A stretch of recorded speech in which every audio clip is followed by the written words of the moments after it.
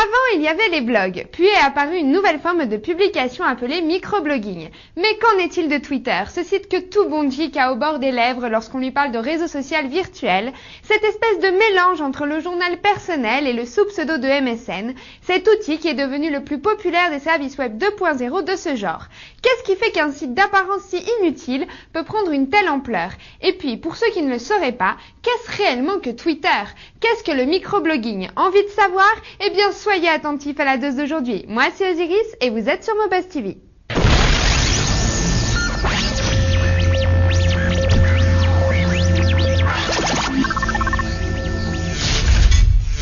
Alors, commençons par le commencement. Qu'est-ce que le microblog? Eh bien, il s'agit d'un dérivé du blog qui permet d'envoyer des messages en format court, c'est-à-dire moins de 200 caractères, et les faire partager à ses connaissances ou à n'importe quelle personne intéressée.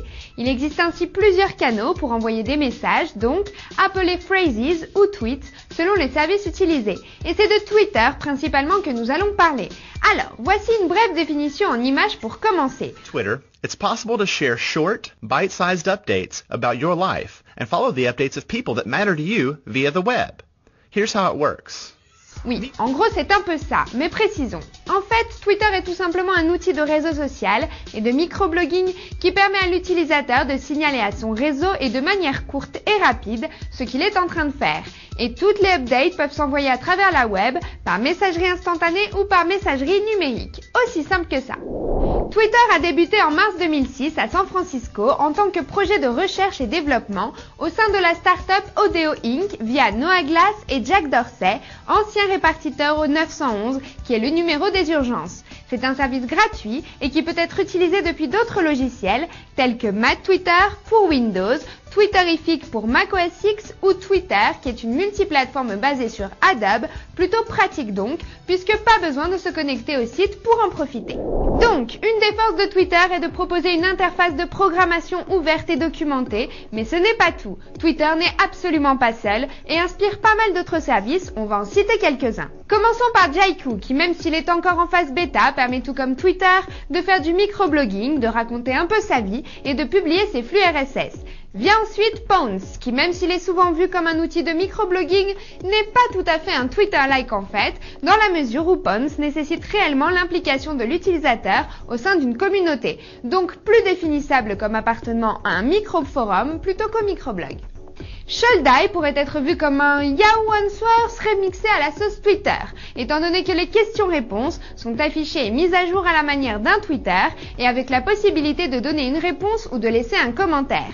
Shouldi dispose d'une extension mobile également, ainsi que d'une intégration IM et email. Alors, Twitter ne contient que du texte et certains services ont tenté l'ajout d'images au principe de microblogging, comme par exemple Visual Twitter, qui ne fonctionne que depuis le téléphone portable, contrairement à TweetPic qui présente la même fonction, mais uniquement depuis l'ordinateur, cette fois-ci. Un mix des deux ne leur ferait pas de mal, non ?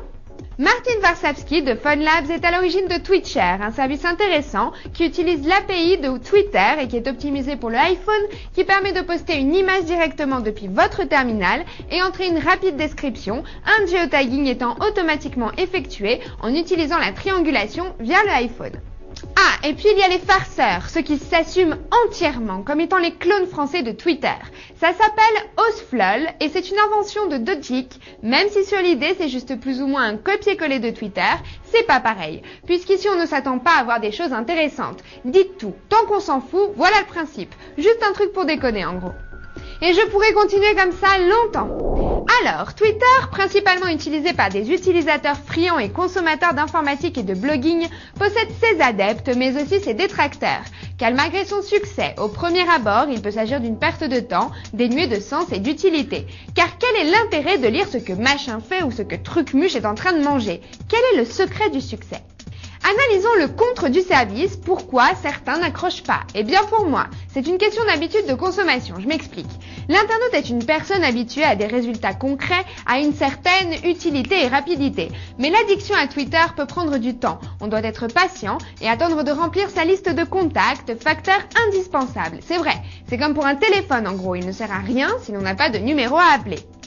Parallèlement, le facteur contact est aussi le lieu où réside un peu ce qui plaît à l'adepte de Twitter, dans la mesure où celui-ci mesure sa popularité et adore voir son nom précédé de l'arrobase.